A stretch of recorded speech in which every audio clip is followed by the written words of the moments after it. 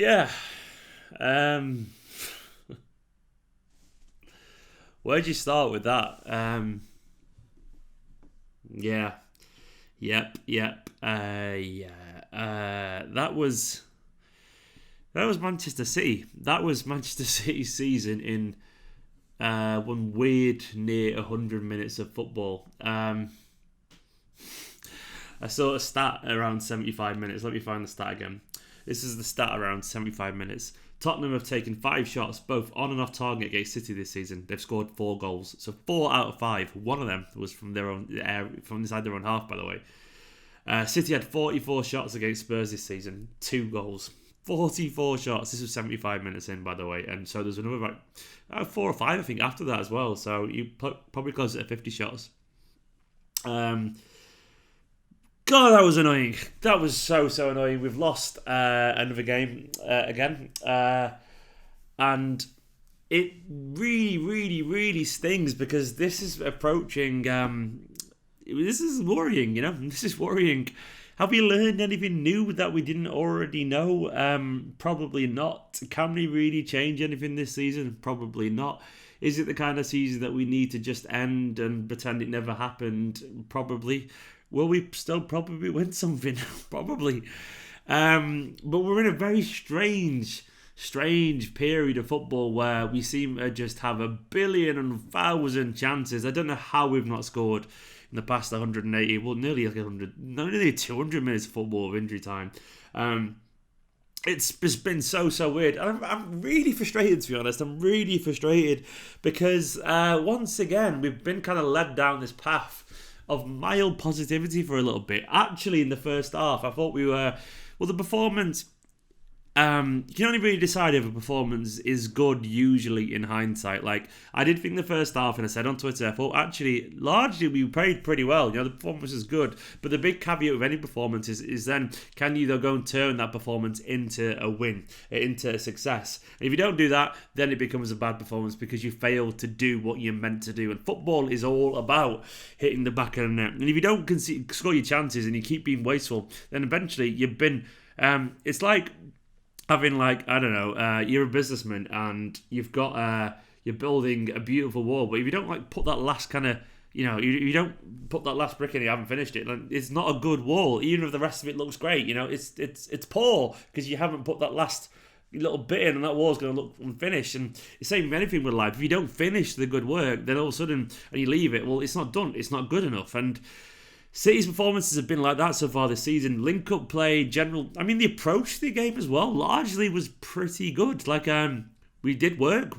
I can't say the players weren't running around. We did endeavour to play better football than Spurs and all that kind of stuff.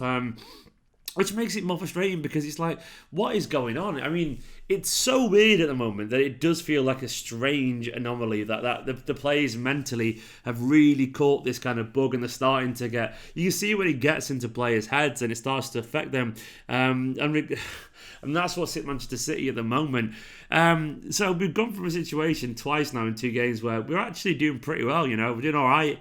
And then we somehow manage to make our life more difficult, and teams show us up for our own wastefulness in front of goal. And it's almost like the quality of the goals you conceded, the two in particular, the two crucial ones, the Bergwijn goal and the Matic goal, are both high quality. Like, one was a half volley, I think, one was a volley. I can't remember, if some form of volley anyway. I can't remember if one bounced, if Matic should he bounce. Either way, really high quality goals, and it just shows you how bad we are at finishing. Both times it was their first shot on goal, and we failed to respond to that, and things got worse after that moment. It should have been such a different story. The team itself, I was a little bit uninspired by it. Some of it was circumstantial because obviously no Laporte, no Mendy, which is frustrating.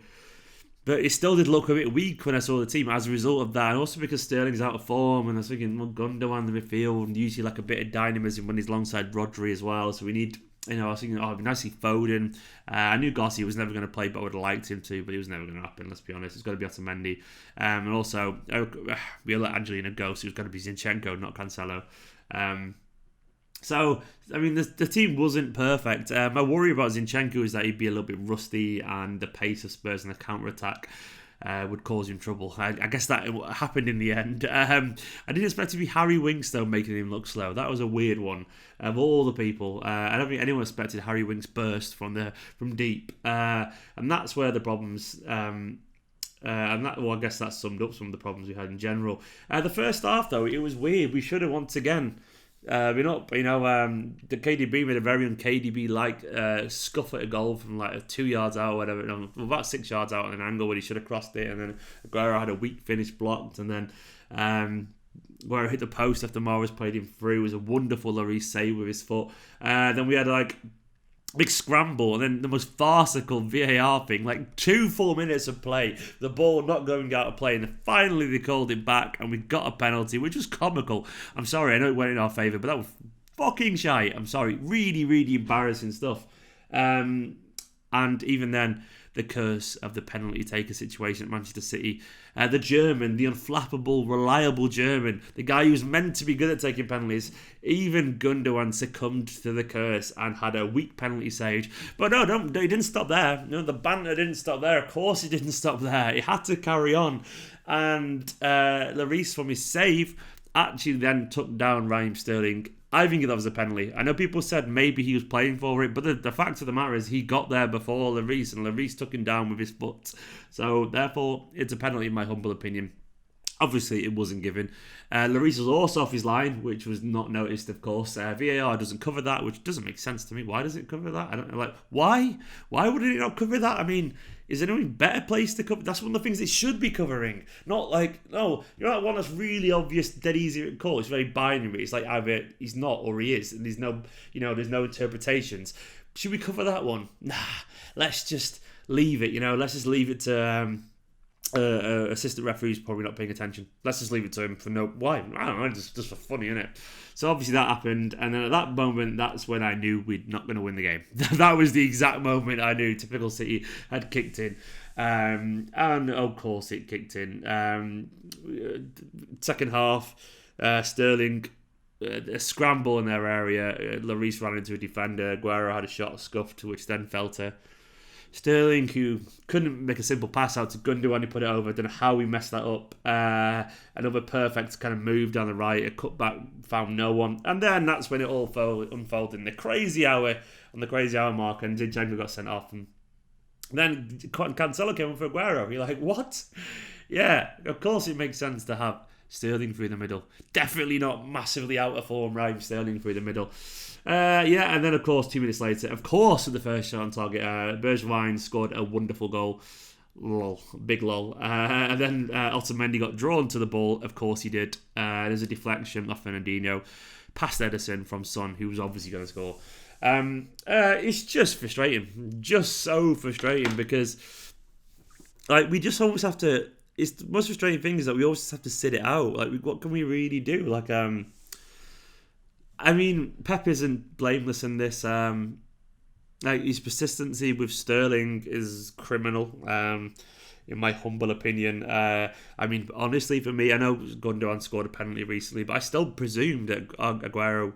I mean, I'm being pedantic here, but I still actually thought Aguero was our number one penalty taker. I mean, I didn't think it was worth not letting Aguero take the penalties, given largely he's been pretty good throughout his career. I know he's missed a few, but he's above his percentage conversion rate of penalties is actually above the average. It's in the 80s, which is not too bad, all things considered. I didn't think it was worth telling Aguero that he's not good enough at penalties anymore, just to have Gundogan take it. He was only taken 3 from Manchester City in his career, as opposed to Aguero was taking absolute loads. I thought that was a strange decision. It very much undermined Aguero's legacy at Manchester City. And now when Aguero next steps up, he's going to have that playing at the back of his mind. It made no sense to me to do that. I thought it was a weird call. I thought the situation would be that Gundogan would take him if Aguero isn't on the pitch.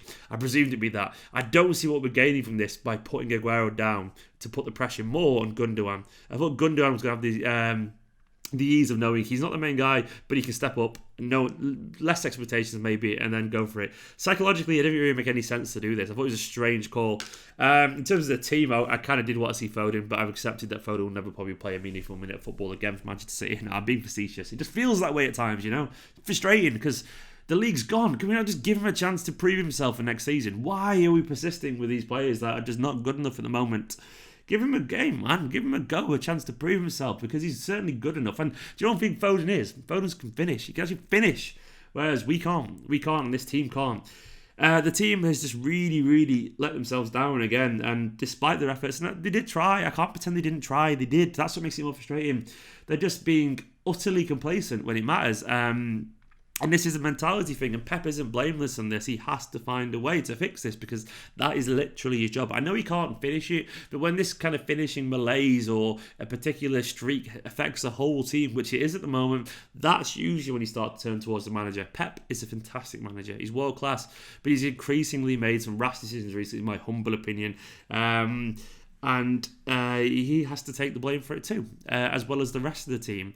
He's not like he's sat there in his ivory tower going, oh, I'm above the rest of these and I can do what I want to. No, I'm sorry, the team and the manager are to blame for this. And you know, people probably now going Lord Mourinho with some tactical masterclass. I'm sorry, if their idea was to be really shite, concede loads of chances, give a penalty away, and hope that we don't score, then hope that we get a player sent off, and then score. Well, fair enough, if that was his tactics, he did it pretty well, but I'm pretty certain we just pretty much gave him that result today. And that's what really hurts. Once again, Spurs have been pretty shite. We battered them, and somehow Spurs had 4 points from City games this season. We've got 1. Absolutely baffling. Now, what do we do from here? Nothing we can do. We just keep playing. As I said, hopefully we'll win a trophy this season or two. I've still got a weird, totally irrational, totally stupid hunch that we might surprise people in the Champions League because that makes no sense. And Manchester City make no sense. And the season makes no sense. But, you know, who knows? We can just have to just wake me up when August comes around. I'll go on holiday like Football Manager and just see what happens. A strange game of football that's becoming all too familiar. Now you start to wonder, is Guardiola's head actually in it anymore? Because he looks increasingly like a man who's starting to think, fuck this, I'll go back over to the sunny Barcelona and chill. Especially when you look at the weather out there at the moment, how pitch black it is always, and how miserable it is always. You start to wonder if he thinks I can't be arsed with this anymore. And you think, where's City going to go? Are you going to go for Pochettino maybe? Because he's hanging about. Is he the next guy? I'm not saying get rid of Pep, but you start to think, oh, this is a bit, you know, the signs are a bit worrying here. We are stagnating a little bit. I'm not panicking. I'm just frustrated because, you know, I do realise how lucky we've been. But the signs are there at the moment that there is a problem. Whether it's just a weird month we're going through, I don't know. It doesn't feel that way because it's been like this all season. Maybe we're not clinical enough. Maybe the players we've got aren't good enough. Maybe the mentality isn't right, and that maybe Pep can't find the way to get the mentality out of these players. Having said that, this is a team that crushed everyone for 2 years in the Premier League and domestically. What is it? I don't know. I'm not paid millions of pounds to solve this, and I can't pretend to know the answer. I'm just a frustrated Manchester City fan. If anyone's got the answer, give Cheeky and Soriano a call, or give Pep, maybe find Pep on WhatsApp or whatever, and let him know, because it's going to be weird just watching this for the rest of the season, and we're going to need the summer to rebuild because this squad, it's reached its peak. I think that's a fair comment. Peak doesn't mean we're shite anymore. We still have obviously a very good team on its day, and we still probably will achieve some pretty good things, hopefully, throughout the rest of the season. But I think it's fair to say the only way isn't up from here. This team now, this squad is on its way down, and we're going to need major surgery in the summer. I'm not going to rant and shout. I have ranted and shouted. I hope you appreciate that. I don't think it really accomplishes anything. Frustrating. That's Manchester City in a nutshell. See you later. Oh, also, yeah, subscribe, like, comment if you want to. Subscribe if you want to. Download OneFootball. Please download OneFootball, actually. It made me feel better, honestly. Peace. Thank you. Bye-bye.